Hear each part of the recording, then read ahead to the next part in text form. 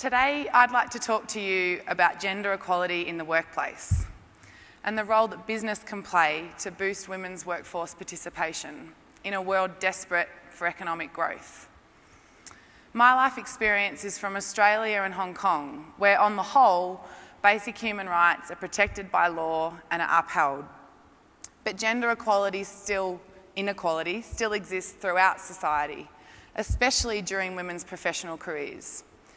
Today, women can still expect 17.5% less pay in Australia, 20% less in Hong Kong. Second, to experience some form of sexual harassment or discrimination. Over 20% of women in Australia, 30 to 40% in the Asia Pacific. Third, to be overlooked for promotions or opportunities because of subtle gender bias about leadership aptitude. And fourth, to take a career break or a less ambitious job because affordable childcare isn't readily available in Australia, or because of traditional cultural expectations in Hong Kong, where 25% of women stop working when they get married. And for too long, women have been trying to fix this themselves by working harder to balance work and home life, undertake extra training, and battle through the glass ceiling. If we are really serious about creating a more fair and productive future for young women, we need to stop fixing the women and start working on the men.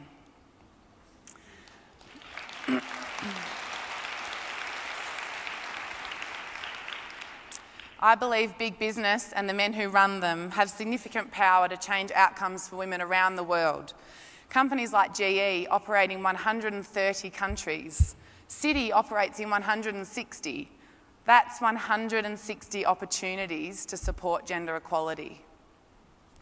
Whatever the economic, socio-political and cultural differences in these countries, and they will be vast, businesses have the opportunity and the duty to ensure equality for women. And they should want to. Gender equality is an economic imperative. Research shows it improves company performance. Investors link it with a higher return on investment. The IMF estimates that the global economy misses out on 27% of GDP growth per capita due to the gender gap in the labour market. In any business, 50% underutilisation of a resource would be considered an unsustainable waste. At the Women's Foundation, I lead a program to boost the demand for and the supply of women on Hong Kong's boards and advise companies on strategies to attract and retain women. Our 30% club consists of 55 chairmen advocating for more women in boardrooms. They champion and catalyse efforts to build a pipeline of women executives. It is much more powerful to have men advocate for gender equality. So we need more male champions like Warren Buffett and Paul Polman and Mohammed. We need to educate leaders on the case for greater female participation. We need to challenge gender bias, stereotypes and traditional views.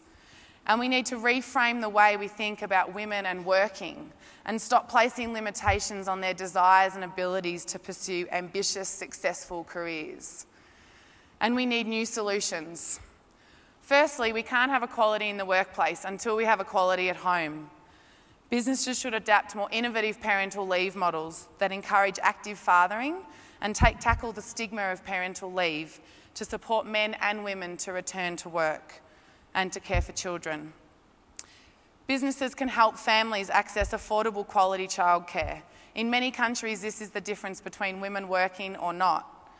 They can fund childcare, help find places, or even build adjoining childcare centres. Businesses should measure gender inequality in their organisation, set targets, and evaluate managers on meeting those targets. What gets measured gets done. Business leaders should seek out and sponsor female talent and recruit others to do the same. Men often have top-level sponsors who advocate for them and open doors, whereas women often have mentors who provide advice and support. If every powerful man in this world pulled one woman up with him, the number of female leaders would rise rapidly. And businesses should share best practice, debate solutions, and learn from one another. The battle for gender equality is not restricted to one country. It is a global battle. Businesses operating globally have the ability to lift women's workforce participation, supporting human rights and much-needed economic growth. The developed world has a responsibility to live the values it promotes to the developing world. If it stalls on gender equality, I worry the rest of the world will as well. So go home and challenge your companies. How are they supporting women in the workplace, both at home and abroad, and what can they do better? Thank you.